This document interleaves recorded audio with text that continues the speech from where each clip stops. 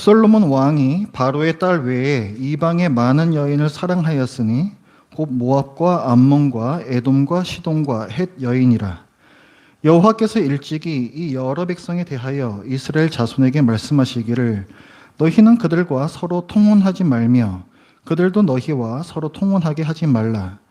그들이 반드시 너희의 마음을 돌려 그들의 신들을 따르게 하리라 하셨으나 솔로몬이 그들을 사랑하였더라. 왕은 후궁이 700명이요 첩이 300명이라. 그의 여인들이 왕의 마음을 돌아서게 하였더라. 솔로몬의 나이가 많을 때에 그의 여인들이 그의 마음을 돌려 다른 신들을 따르게 하였으므로 왕의 마음이 그의 아버지 다윗의 마음과 같이 아니하여 그의 하나님 여호와 앞에 온전하지 못하였으니 이는 시돈 사람의 여신 아스다롯을 따르고 암몬 사람의 가증한 밀곰을 따름이라. 솔로몬이 여호와의 눈앞에서 악을 행하여 그의 아버지 다윗이 여호와를 온전히 따름같이 따르지 아니하고 모압에 가증한 금오스를 위하여 예루살렘 앞 산에 산당을 지었고 또 암몬 자손의 가증한 몰록을 위하여 그와 같이 하였으며 그가 또 그의 이방 여인들을 위하여 다 그와 같이 한지라. 그들이 자기의 신들에게 분향하며 제사하였더라. 솔로몬이 마음을 돌려 이스라엘의 하나님 여호와를 떠남으로 여호와께서 그에게 진노하시니라. 여호와께서 일찍이 2번이나 그에게 나타나시고 이 일에 대하여 명령하사 다른 신을 따르지 말라 하셨으나 그가 여호와의 명령을 지키지 않았으므로 여호와께서 솔로몬에게 말씀하시되 네게 이러한 일이 있었고 또 네가 내 언약과 내가 네게 명령한 법도를 지키지 아니하였으니 내가 반드시 이 나라를 네게서 빼앗아 내 신하에게 주리라. 그러나 네 아버지 다윗을 위하여 네 세대에는 이 일을 행하지 아니하고 네 아들의 손에서 빼앗으려니와 오직 내가 이 나라를 다 빼앗지 아니하고 내 종 다윗과 내가 택한 예루살렘을 위하여 한 지파를 네 아들에게 주리라 하셨더라. 아멘.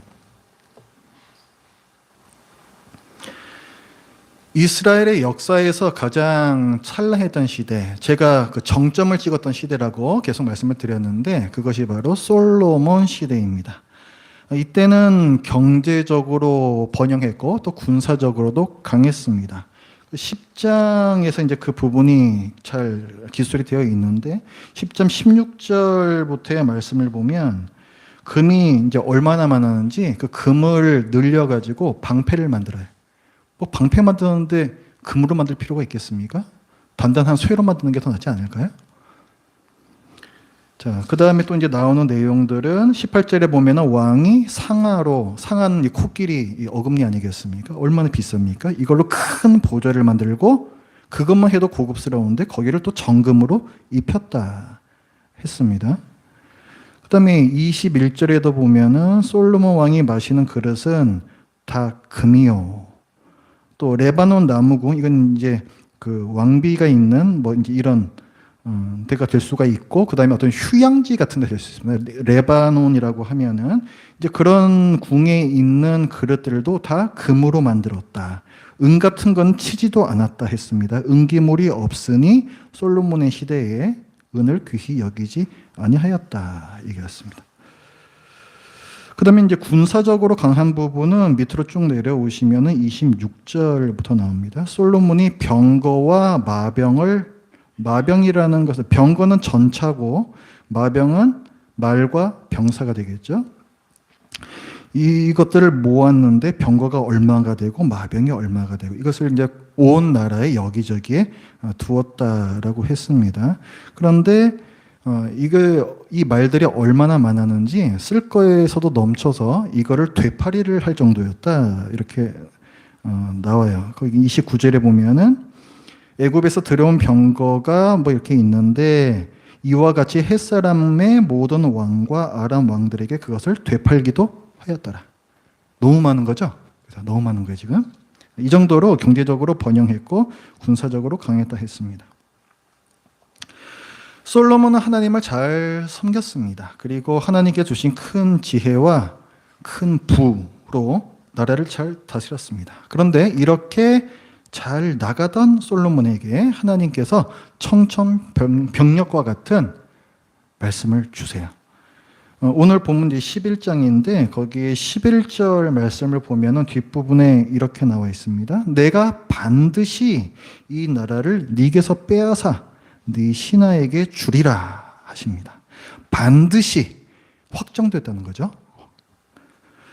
이 말씀대로 솔로몬의 아들 때에 지금 하나로 되어 있었던 왕국이 둘로 쪼개집니다.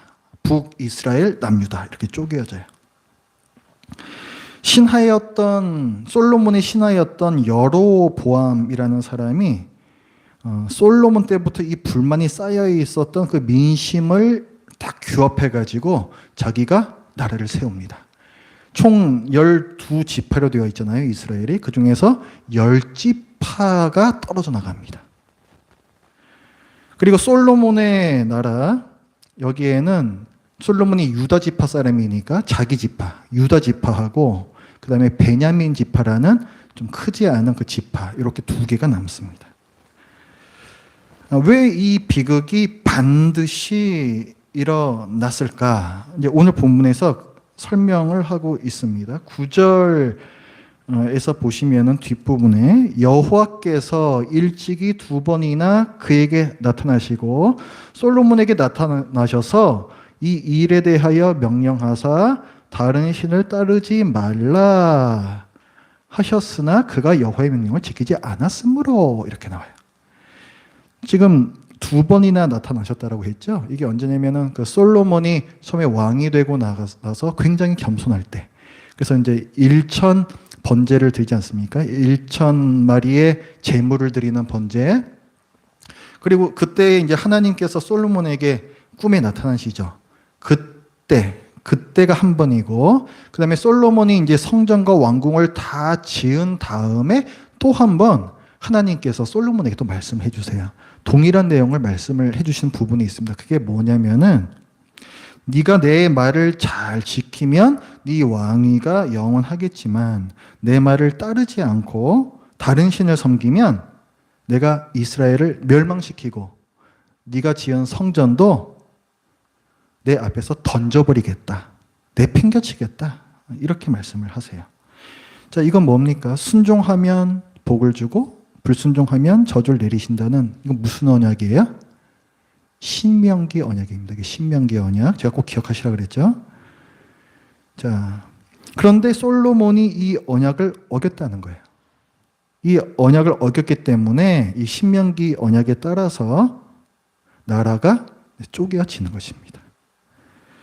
오늘 본문의 그 4절과 6절에서도 솔로몬의 마음과 행동이 하나님을 떠났음을 고발하고 있습니다. 4절 보면 솔로몬의 나이가 많을 때에 그의 여인들이 그의 마음을 돌려 다른 신들을 따르게 하였으므로 왕의 마음이 그의 아버지 다윗의 마음과 같이 아니하여 그의 하나님 여호와 앞에 온전하지 못하였다 했습니다. 그의 마음이 온전하지 못하였다 나오고 있고 6절에는 솔로몬이 여호와의 눈앞에서 악을 행하여 그의 아버지 다윗이 여호와를 온전히 따름같이 따르지 아니하고 행동도 이제 온전치 않았다라고 말씀하고 있어요.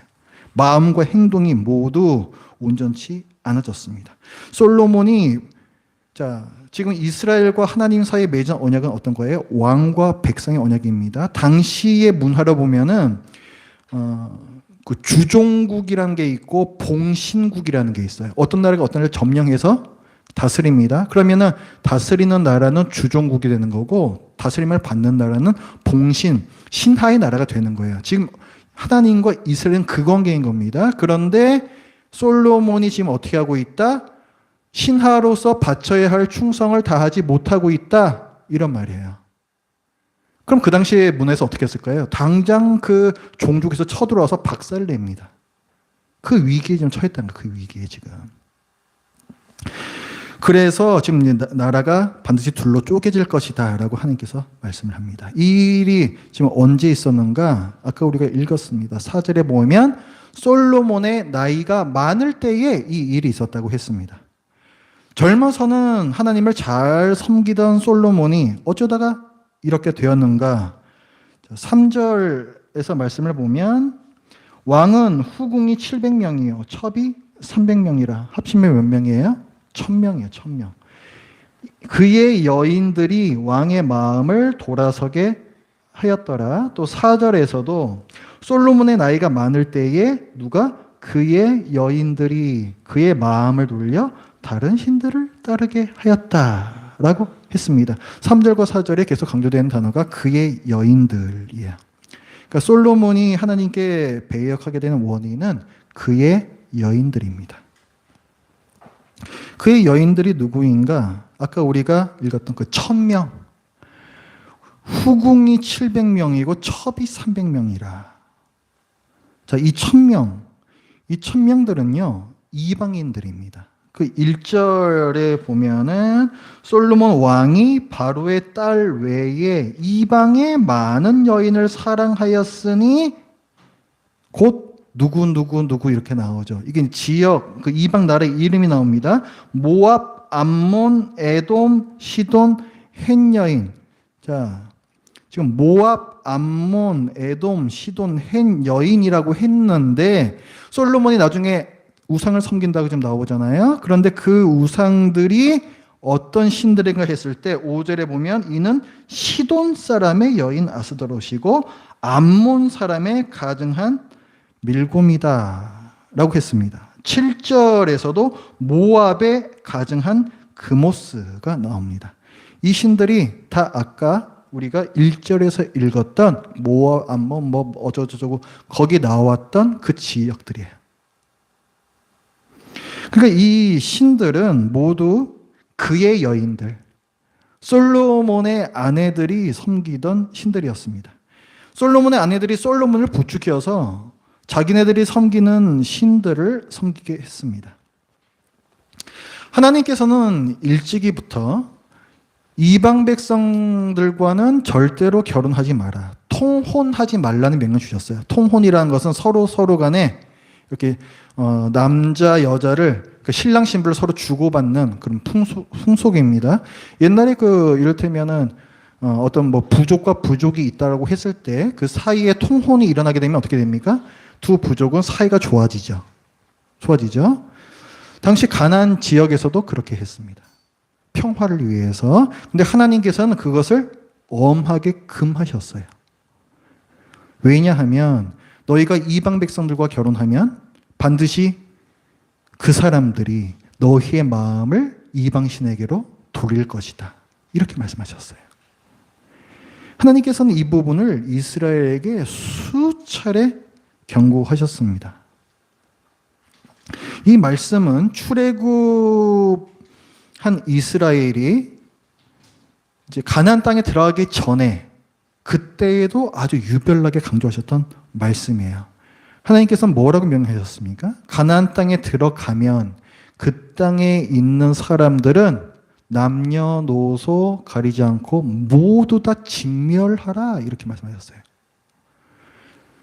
생각해 보십시오. 지금 이 시대에도 전쟁을 할 때에 민간인을 공격하면은 엄청난 비난을 받아요. 전쟁은 군인들끼리 싸워야 되는 거죠. 그렇죠? 그리고 군사시설을 파괴해야 되는 것이지 발전소라든가 댐이라든가 이런 기반시설, 민간시설을 공격을 하게 되면은 국제사회에서 엄청난 비난을 받습니다. 그런데 하나님께서는 뭐라고 말씀하시냐면은 거기에 들어가서 모든 성과 모든 기물들 다 부수고 태워야 하고 죄가 있는지 없는지 우리는 잘 알 수가 없는 군인도 아닌 노인, 여인, 아기들까지도 다 죽이라고 말씀하십니다.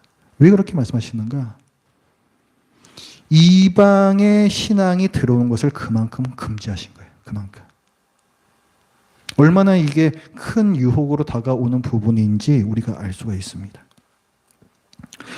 그렇게 말씀을 하셨는데 그런데 솔로몬이 2절에 보면은 여호와께서 일찍이 이 여러 백성에 대하여 이스라엘 자손에게 말씀하시기를 너희는 그들과 서로 통혼하지 말며 그들도 너희와 서로 통혼하게 하지 말라. 그들이 반드시 너희의 마음을 돌려 그들의 신들을 따르게 하리라 하였으나 솔로몬이 그들을 사양하였더라. 이렇게 나와요. 그렇게 말씀하셨는데도 솔로몬이 그들을 사랑했대요. 그 이방 여인들을 사랑했대요. 그래서 그 결과가 뭔가 3절부터 나오는 겁니다. 3절에 보면은 왕의 마음이 하나님으로부터 돌아섰다는 표현이 나오고 4절에는 다른 신들, 그들의 신들을 섬겼다 이런 또 말씀이 나옵니다. 그러니까 솔로몬이 이제 언약을 어긴 거예요. 우상을 섬기지 말아야 되는데 하나님만 섬겨야 되는데 그 배타적인 충성 거기에 대한 언약을 어긴 겁니다. 그래서 신명기 언약에 따라서 이제 불순종의 저주가 내려진다라고 말씀을 하시는 거죠. 그런데 제가 지난 시간에 매우 중요하다라고 말씀드린 게 있습니다. 전에는 신명기 언약만 있었지만은 다윗 왕 때 와서 다윗 언약이라는 게 주어졌다 그랬죠. 그게 왜 중요하다? 신명기 언약의 베이스로 깔린다 그랬습니다. 그래서 신명기 언약이 여전히 작동을 하지만 다윗 언약 안에서 그것이 작동을 해요. 다윗 언약에는 어떤 내용이 들어가 있습니까? 다윗의 왕조와 그의 나라를 영원히 보존하시겠다라는 약속이 들어가 있습니다. 그래서 이스라엘이 하나님께 불순종하는 죄를 지으면 하나님께서 징계를 내리십니다. 불순종의 저주를 내리시는데 그들이 완전히 멸망당할 때까지 그렇게 하지 아니하시고 항상 남은 자를 두세요. 항상 그 불빛이 꺼지지 않게끔 보존을 하십니다. 그래서 이 다윗 왕조가 영원히 이어지게끔 또 다윗의 나라가 영원히 지속되게끔 그렇게 조절을 하세요. 그게 다윗 언약이라고 제가 말씀드렸습니다. 그래서 오늘 하나님께서 솔로몬에게 언약적 저주를 말씀하실 때에도 이 부분을 같이 말씀을 하세요. 12절 말씀에 보면은 하나님의 은혜, 은총이 나옵니다. 자, 12절 말씀 같이 읽어보죠. 시작. 그러나 내 아버지 다윗을 위하여 내 세대에는 이 일을 행하지 아니하고 내 아들의 손에서 빼앗으려니와. 자, 지금 누구를 위하여? 네 아버지 다윗을 위하여. 다윗 언약을 말씀하시는 거죠? 지금 요 본문의 요 앞에까지는 언약적 저주에 대해서 계속 나왔었어요. 그런데 여기서는 뭐가 나온다? 그러나 하면서 다윗 언약이 나오고 이제 은총이 나온다. 은혜가 나온다고요. 그러나 13절에도 이제 그 은총이 계속 이어집니다. 오직 내가 이 나라를 다 빼앗지 아니하고 내 종 다윗과 내가 택한 예루살렘에 위하여 한 지파를 네 아들에게 주리라. 남은 자를 보존을 하시는 거예요. 그렇죠?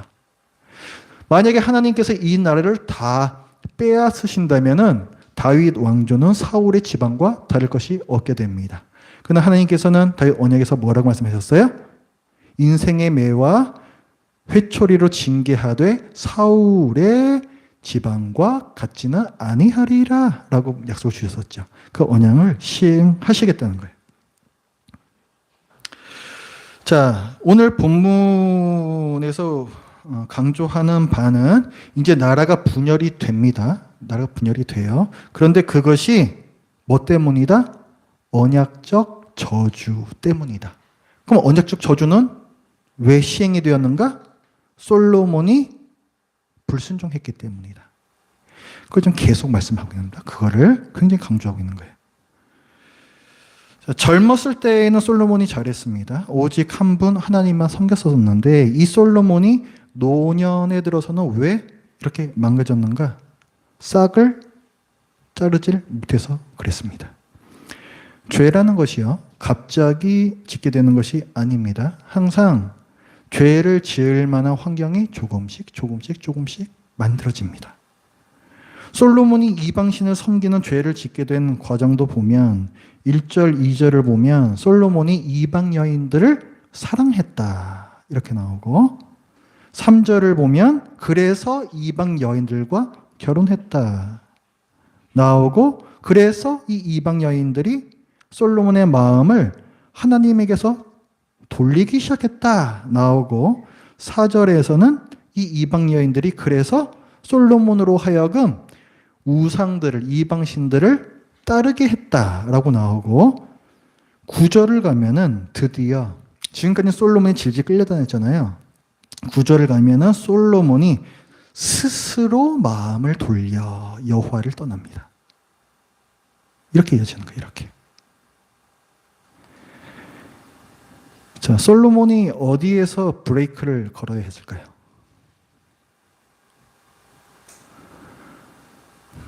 첫 단계입니다. 첫 단계. 이방 여인을 사랑하는 부분. 여기 뭐 그 여인들을 사랑했다니까 남자 여자 간에 서로 사랑하는 거 솔로몬이 엄청난 바람둥이였구나 이렇게 보기가 쉬운데요. 이건 그런 말이 아닙니다. 이거는 남녀 간의 그런 사랑을 말하는 게 아니에요. 그런 사랑이라면 굳이 이방 여인에게서 여인들과 이렇게 결혼할 필요가 없습니다. 이스라엘에도 뭐 좀 많아요, 여인들이? 이 사랑은요, 정치적, 그러니까 정략적 결혼을 뜻하는 거예요. 아까 제가 말씀드렸잖아요. 두 부족 간에 서로 결혼하면은 사이가 좋아진다 그랬잖아요. 전쟁 안 한단 말이에요. 그러니까 결혼을 통해서 정치적, 군사적 동맹을 맺겠다. 뭡니까? 사람의 지혜와 사람의 힘으로 평화를 이루겠다라는 생각인 거예요. 솔로몬이 이 생각, 이 유혹을 이기질 못했습니다. 그래서 이방 여인들과 결혼을 하면서 그때부터 브레이크가 듣지 않는 미끄러운 경사길이 시작이 됩니다. 생각해 보세요. 같이 살고 있는 배우자가 졸라대는데 방법이 있습니까? 하나님께서는 이 사실을 잘 알고 계셨고 그래서 일찍부터 이스라엘에게 이방인들과의 결혼, 통혼을 금지하셨던 거예요. 그러니까 솔로몬이 브레이크를 걸어야 했던 지점은 첫 단계입니다. 하나님보다 정치적 동맹의 힘을 더 믿고 싶은 유혹이 생겼을 때 그 싹을 잘랐어야 했어요. 하나님의 명령을 기억하면서 마음을 다잡아야 했습니다. 이방인들과 통혼하지 말라는 말씀 외에도 왕에게 주어진 더 특별한 명령이 있습니다. 여기 책갈피에 두시고 신명기 17장으로 가보십시오.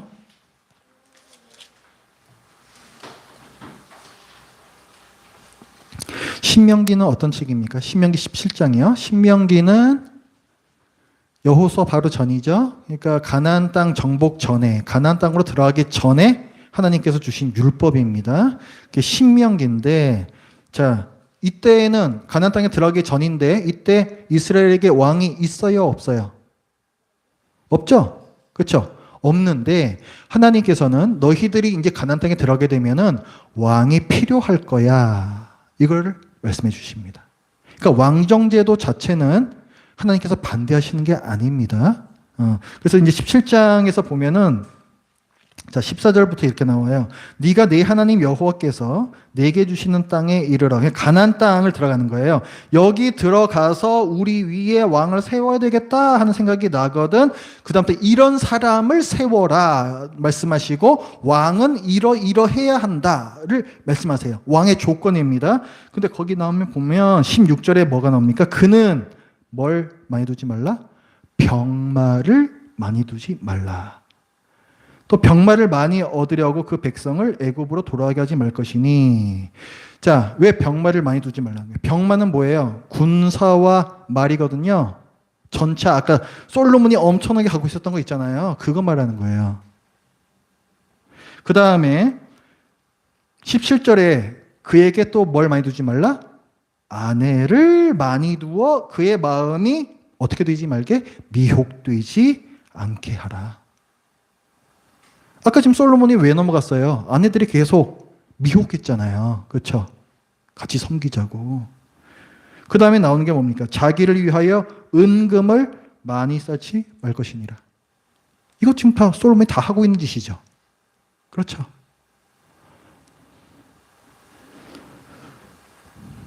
솔로몬이 왜 이렇게 했습니까?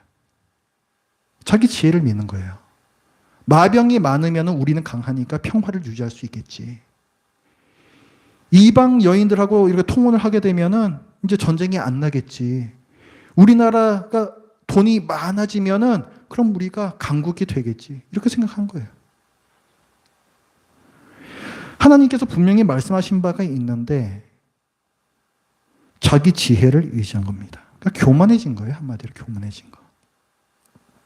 천명의 아내, 정략적 결혼, 그것도 다 자기 지혜에서 나온 거고. 방패를 쓸데없이 금으로 만들 만큼 뭐하러 금이 이렇게 많이 필요되지? 그것도 다 자기 지혜에서 나온 거고. 필요한 만큼만 있으면 되지. 그걸 되팔이할 정도로 왜 말이 그렇게 많이 필요합니까? 다 자기 지혜란 말이야. 그게.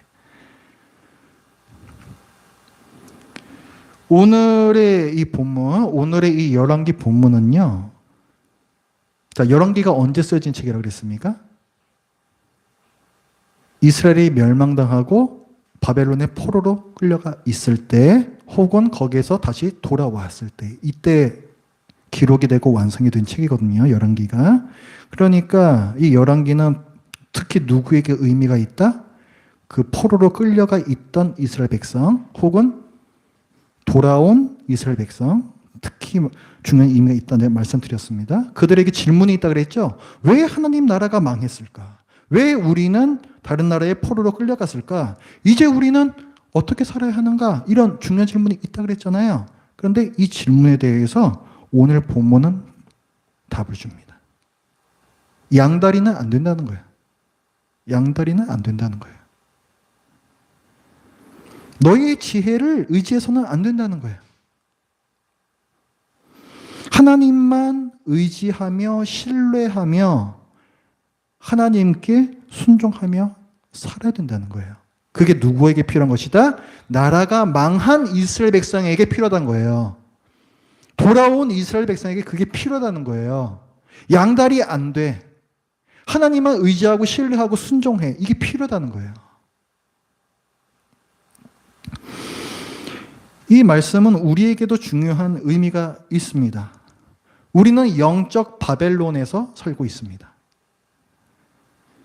우리는 이 영적 바벨론에서 도대체 어떻게 살아야 하는가? 이 정도는 괜찮겠지 하는 첫 단계 생각과 행동에서 반역이 시작이 됩니다. 마귀는 굉장히 똑똑해요. 처음부터 누가 봐도 이건 죄다 보이는 것을 우리 앞에 들이대지 않습니다. 그렇게 어리숙한 존재가 아니에요, 마귀는. 그렇게 접근하면 우리 마음에서 금방 사이렌이 울린다는 것을 마귀도 알고 있습니다. 빽 경계경보 경계경보 하면서 우리 마음에서 죄다 알려주는 거죠. 그래서 마귀는 언제나 뭐 그 정도는 괜찮아 보이고 그 정도는 문제가 없어 보이는 것으로 우리에게 다가옵니다.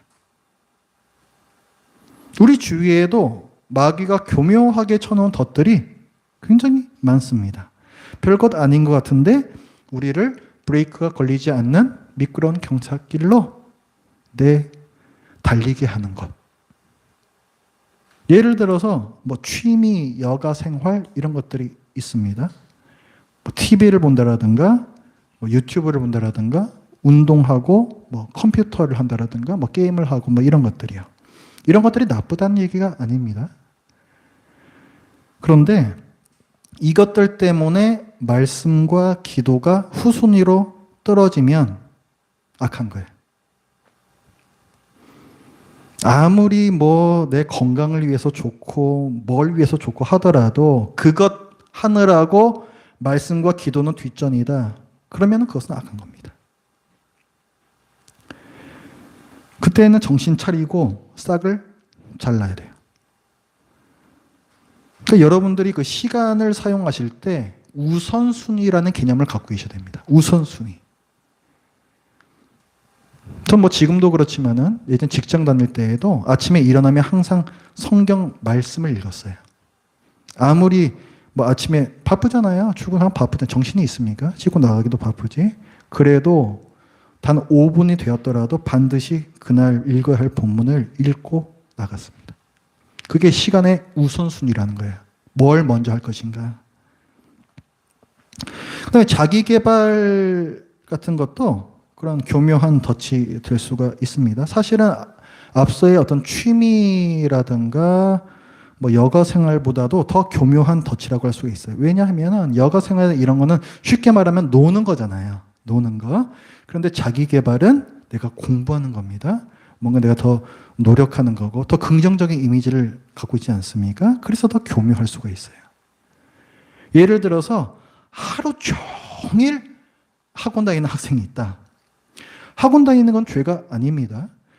성실하게 공부를 열심히 하는 거, 그건 하나님께서 기뻐하세요. 학생의 본분은 공부입니다. 열심히 공부해야죠.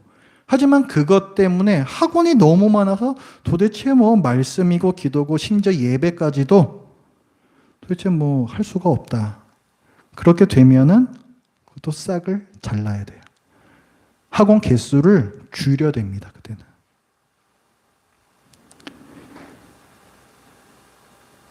하나님을 섬기면서 동시에 다른 것을 함께 섬기는, 이게 무슨 말이냐면 다른 말로 하면 우선순위가 뒤죽박죽이란 얘기예요. 어쩔 때는 뭐 하나님 쪽으로 뭐 관계된 걸 선택을 하고 어쩔 때는 분명히 이거 딱 부딪히는데 또 이쪽을 선택하고 이런다는 거예요. 이게 양다리, 이게 양다리. 이게 바로 우상 숭배입니다. 이스라엘의 문제가 뭐냐면 하나님을 안 섬긴 게 문제가 아니에요. 하나님을 섬기는데 다른 것을 항상 같이 섬겼습니다. 솔로몬이 그런 식이에요. 솔로몬이 하나님을 섬긴다 하면서 제사도 엄청나게 드리지만 중요한 순간에는 자기 욕심을 따라가요. 충돌했을 때 이쪽을 선택하지 않는다고요. 뒤죽박죽이에요. 뒤죽박죽. 우선순위가 뒤죽박죽. 이게 양다리예요. 이게. 그게 이스라엘의 문제였습니다. 하나님께서는 하나님을 섬기면서 동시에 다른 것을 함께 섬기는 이런 모습을 가증하다라고 말씀하세요. 오늘 그 열왕기 11장의 5절에 보면 이방 나라의 우상신을 어떻게 표현을 하냐면 암몬 사람의 가증한 밀곰, 밀곰이 그 우상신 그 이름이거든요. 그 다음에 7절에서는 모압의 가증한 그모스, 암몬 자손의 가증한 몰록, 이렇게 표현해요. 그 앞에다가 딱 가증하다, 가증하다, 가증하다 이렇게 붙여놓으십니다. 가증하다가 무슨 말입니까? 혐오스럽다, 역겹다 이런 뜻이에요. 하나님께서 양다리 걸치고 있는 신자들을 볼 때에는 혐오스럽고 역겹게 보시는 거예요.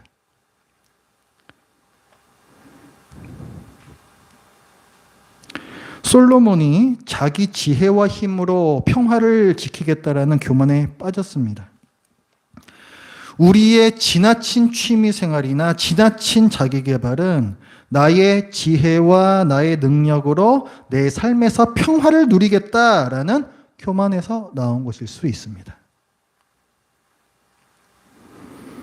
그것들이 많은 아내들이고 많은 마병들이고 많은 금은들인 거예요. 지나치게 필요한 것들. 그 결과는 하나님으로부터 멀어지는 죄와 사망입니다. 야고보는 이렇게 얘기했죠. 욕심이 잉태한 즉 죄를 낳고 죄가 장성한 즉 사망을 낳느니라. 그래서 우리의 이 마음에 졸지 않는 파수꾼을 세워야 합니다. 죄와 사망의 이 내리막길을 내 달리기 시작하기 전에 내 마음을 딱 잘 지켜야 된다고요. 잠언 4장 23절에서 이렇게 말합니다. 여러분도 잘 아시는 말씀이죠. 모든 지킬 만한 것 중에 더욱 네 마음을 지키라. 생명의 근원이 이에서 남이라. 맞아요.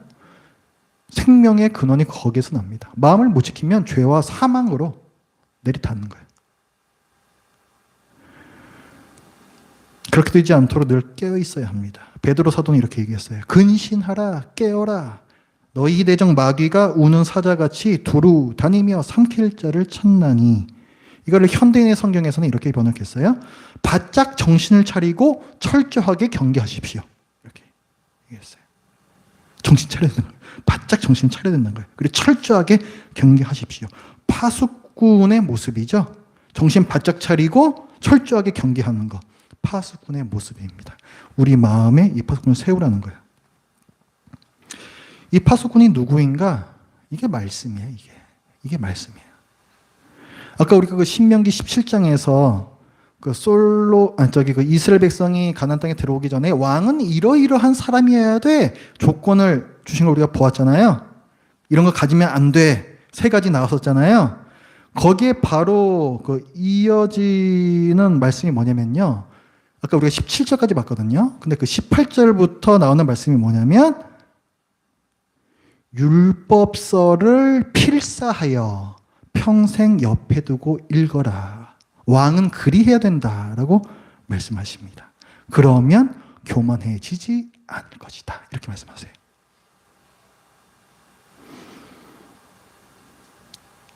우리 마음이 타락하지 않도록 지켜주는 파수꾼이 바로 율법서, 성경이라는 거예요. 성경이라는 거예요. 그런데 솔로몬이 언제부턴가 이걸 안 한 겁니다. 언젠가부터 안 했어요. 성경책을 옆에다 두고 평생 그것을 갖다가 봐야 하는데 그걸 안 했다고요. 솔로몬뿐만이 아니라 그의 그 후손 왕들도 그랬습니다. 그래서 먼 훗날에 그 남유다의 저 뒤에 있는 왕 요시야 왕이라는 사람이 성전 구석에서 먼지가 뿌옇게 쌓인 율법책을 찾아냅니다. 그러면서 그때 한번 종교개혁이 일어나거든요. 아니, 왕이 옆에 두고 읽었어야 할 성경책이 왜 성전 깊은 곳에서 나옵니까? 핑계신 거예요, 그냥.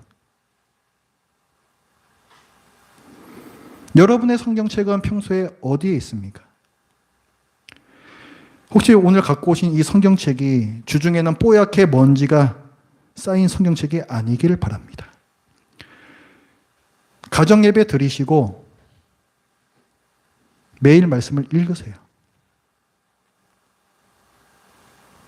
그래야 마음에 파수꾼이 섭니다. 뭐 성경인데 다 아는데 뭐. 여러분들이 다 아시는 것도 아니고 설령 다 아셔도 성경책이 구석방에서 자고 있으면은 아무 소용 없습니다. 저도 그거는 매일 느끼는 거예요. 늘 매일 이 성경을 읽어야 흔히 말하는 스피릿이 살아있다고요. 이런 말 전 별로 안 좋아하는데 여러분이 이해하기 좋으시라고. 읽으셔야 돼. 읽으셔야 돼. 그래야지 말씀이 내 안에서 일을 합니다. 파수꾼의 일을 한다고요. 우리가 자꾸만 유혹과 염려 앞에서 자꾸 쉽게 하나님을 등지는 이유가 뭐냐면 그 파수꾼이 없어서 그런 거예요. 꼭 오늘 읽었던 그 말씀이 아니더라도 내가 말씀을 읽는 것이 습관이 되어 있으면은 그냥 내가 이래서는 안 되지라는 생각이 들게 되어 있습니다. 그게 말씀의 습관이 중요한 이유예요, 그게. 1년에 한 번 정도는 통독하셨으면 좋겠습니다. 그리고 그게 어려우시면 최소한 매일 성경 그 진도만큼은 읽으시기 바랍니다. 제가 간곡히 부탁드리는 거예요. 이것 없이는 뭐 예수님 닮아가고 뭐 어쩌고저쩌고 다 안 됩니다. 안 돼요. 뭐 유혹 앞에서 껌뻑껌뻑 넘어가는데 뭐 그냥 바로. 안 돼요. 솔로몬이 율법서를 멀리하면서 믿음이 쪼개졌고 나라가 쪼개졌습니다. 우리의 마음도 이런저런 과도한 취미 활동과 과도한 자기 개발 등으로 쪼개져서 성경을 멀리하지 않도록 늘 경계하시고 시간 사용의 우선순위를 세우시고 그것을 지키시기 바랍니다. 그리고 우리의 지혜와 힘을 의지하려는 교만에 대해서 말씀의 파수꾼이 울리는 사이렌 소리에 귀를 기울이시길 바랍니다. 기도하겠습니다. 하나님 아버지, 오늘 솔로몬이 타락해가는 과정을 통해서 이 모습이 사실은 또 저희들의 일상에서도 너무나도 계속 일어나고 있는 이런 모습임을 저희들이 고백합니다. 저희들의 기준은 너무나도 낮고 얕아서 하나님께서 원하시는 바에 전혀 이르지 못하고 그래서 내가 보기에 좋을 대로 내 기준 세우고 이것이 하나님께서 원하시는 정도라고 그렇게 단정 지었을 때가 너무 많았습니다. 하나님 아버지, 이런 저희들의 잘못을, 저희들의 죄를 용서하여 주시옵소서. 언제나 저희들의 삶에서의 그 기준이 성경이 되게 하여 주시고 성경 말씀에 이 높은 기준이 저희들의 기준이 되게 하여 주시옵소서. 이 모든 성경이 하나님의 영감으로 이루어졌고 또 이 모든 성경이 저희들에게 주시는 말씀임을 저희들이 믿고 또 그 믿음에 따라서 저희들이 살게 하여 주시옵소서. 하나님 아버지, 그러나 그 순종의 몸부림에도 불구하고 저희들이 또 실패하고 또 실패할 때에 다윗 언약을 기억해 주시옵고 비록 때로는 저희를 아버지가 아들을 징계하는 그 매로 치실 때일지라도 그러나 다시금 저들 일으켜 세우시고 영원한 하나님 나라로 불러들이신다는 그 소망을 저들이 잃지 않고 그때까지 다시금 하나님의 말씀에 순종하는 하나님의 백성이 되게 하여 주시옵소서. 예수님의 이름으로 기도드립니다. 아멘.